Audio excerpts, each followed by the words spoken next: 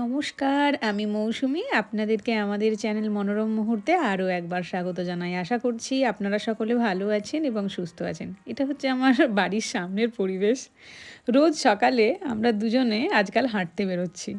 এই সময় চারপাশটা এত সুন্দর হয়ে ওঠে, চারিদিকে নানা রঙের ফুলে ভরে যায়। এই দেখুন, কি সুন্দর একটা ফুল গাছ, তার নিচে আবার বসার জায়গাও রয়েছে। বাড়ির পাশেই এই ছোট ছোট পাহাড়ের মতনও রয়েছে, সেগুলো বসন্তের রঙে আরও সুন্দর লাগে। জার্মানিতে আসলে বসন্ত আর গ্রীষ্মই সবচেয়ে বেশি সুন্দর সময়। ধীরে ধীরে আবহাওয়া ঠিক হচ্ছে, তাই আমরা বেশ কিছুক্ষণ হাঁটাহাঁটি করি। আসলে এখানে তো মার্চ এপ্রিল থেকে সেপ্টেম্বর পর্যন্ত সময়টা খুবই ভালো লাগে। তারপর ডিসেম্বর থেকে ফেব্রুয়ারি মার্চও পর্যন্ত একটু মন খারাপ করাই পরিবেশ। খুব তাড়াতাড়ি অন্ধকার নেমে আসে, আলো খুব বেশিক্ষণ থাকে না। এখন যেমন গ্রীষ্ম ধীরে ধীরে এগিয়ে আসছে, দিনের আলোও বাড়ছে, চারপাশে অসংখ্য পাখি গান গাইছে, সব মিলিয়ে মনটা একদম ভরে যাচ্ছে। আর এই যে ড্যাফোডিল, এই ড্যাফোডিলকে নিয়ে কম কবিতা পড়েছিলাম ছোটোবেলায়, ইংলিশ বইয়ে পড়েছিলাম। আর এই হচ্ছে ফরসাইথিয়া ফুল। হ্যাঁ, ঠিকই বলছি, ফরসাইথিয়া। অনেক সময় বসন্ত আসার আগমনী বার্তা হিসেবেও এনাকে ধরা হয়। কত রকমের যে ফুল ধরে থাকে, টিউলিপ, ড্যাফোডিল, স্নোড্রপ, চেরি ফুল, ম্যাগনোলিয়া, প্রচুর পরিমাণে। আস্তে আস্তে যেমন এখানে কিছু কিছু টাইম রয়েছে, যেমন মার্চ এপ্রিলে আপনি প্রচুর টিউলিপ আর ড্যাফোডিল দেখতে পাবেন। আবার বসন্তের মাঝামাঝি ওই এপ্রিল মে করে চেরি ফুল, ম্যাগনোলিয়া ভর্তি। আর বসন্ত শেষ, যেমন গ্রীষ্মের শুরু, যেমন মে আর জুন, প্রচুর গোলাপ, প্রচুর ল্যাভেন্ডার ফুল। আর জুন আগস্টে আপনি দেখতে পাবেন সূর্যমুখী, ডেজি, আরও কত কি। প্রচুর ফুল, প্রচুর ফুল। এরপর আমি বেশ কিছুক্ষণ এই রাস্তাটাতে দাঁড়িয়েছিলাম। রাস্তাগুলো এত সুন্দর দেখতে। তারপর রুমে গিয়ে বাড়ি থেকে রেডি ফেডি হয়ে ও বলল দুজন মিলে বেরিয়ে পড়বো। দুজন মিলে বেরিয়েও পড়েছিলাম। ছুটির দিন থাকলে তো আমরা বেরিয়েই পড়ি। একদম বাড়ি থেকে কাছে, আমাদের ওই 15 মিনিটের মতন হবে। কত ফুল ফুটেছে দেখছেন। আর এটা হচ্ছে চার্চের সামনে। ম্যাগনোলিয়া গাছটাই ফুলে ফুলে ভরে উঠেছে। সবাই দেখছিলাম, এসেছিল, সবাই ছবি টবি তুলছিল। আমরাও একটু চারপাশটা ঘুরে দেখছিলাম। এত অপূর্ব দৃশ্য আমি সত্যি আগে কখনো দেখিনি। ম্যাগনোলিয়া ফুল আমি দেখেছিলাম যখন আমি দাদার সাথে কাশ্মীর বেড়াতে গিয়েছিলাম। দাদা, বৌদি, বাবা, মা সবাই মিলে কাশ্মীর বেড়াতে গিয়ে আমি ওখানে হোয়াইট ম্যাগনোলিয়া দেখেছিলাম। কিন্তু এই কালারটা দেখুন, কি অপূর্ব সুন্দর না? কিন্তু এখানে এসে আমি একটা জিনিস দেখলাম, এখানে কিন্তু সবাই ফুল গাছ দেখছে, হাত দিচ্ছে, অনুভব করছে, কেউ কিন্তু ফুল তুলছিল না। আর এখানেতে বিক্রি হচ্ছিল টিউলিপ, বহু রকমের টিউলিপ বিক্রি হচ্ছিল, আরও অনেক রকমের। তো তারপর আমরা একটা দোকানে ঢুকে গিয়েছিলাম। এত সুন্দর অ্যাস্থেটিক জিনিসপত্র বিক্রি হচ্ছিল। আমরা যেটা করি রে,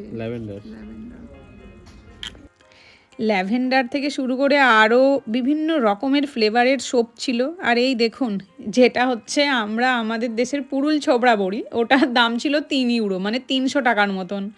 আমাদের দেশে তো সত্যি ওটাকে ভ্যালু কেউ দেয় না, কিন্তু বিদেশ হচ্ছে এমন একটা জায়গা যেখানে হাতের কাজের জিনিস বলুন, যেগুলো ন্যাচারাল জিনিস, সেগুলোর ভীষণ কদর করে, ভীষণ কদর করে। তো এখানেও বেশ কিছু জিনিস আমরা দেখছিলাম, কিন্তু এখান থেকে আমরা সেরকমভাবে কিছু নিইনি। কিন্তু একটা জিনিস খুব পছন্দ হয়েছিল, কিন্তু সেটা দেখে চলে এসেছিলাম, কারণ তার দামটা আমার অনেক বেশি মনে হয়েছিল। এখানেতে গাছেতে আটকে দেওয়ার জন্য দেখুন সুন্দর সুন্দর পাখির বাসাও ছিল। তো এখানেতে আমার পছন্দ হয়েছিল একটা জিনিস, কিন্তু তার দামটা আমার ইন্ডিয়ার রেসপেক্টে অনেক বেশি মনে হচ্ছিল।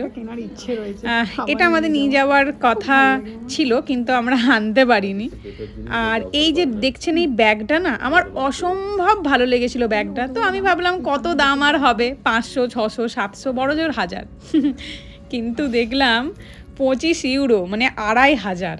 ভাবুন এই হাতে বোনা ব্যাগগুলো আমরা আমাদের মেলাতে কত দেখেছি। তখন কিন্তু সত্যিই কিনতে ইচ্ছে করেনি। আর এখন দেখুন এইটারই দাম ছিল 6 ইউরোর কাছাকাছি, প্রায় 600 টাকার মতন। অবাক করা ব্যাপার। যাক, ভেবেছি এবার ইন্ডিয়ায় গেলে একটা এরকম ব্যাগ নেব।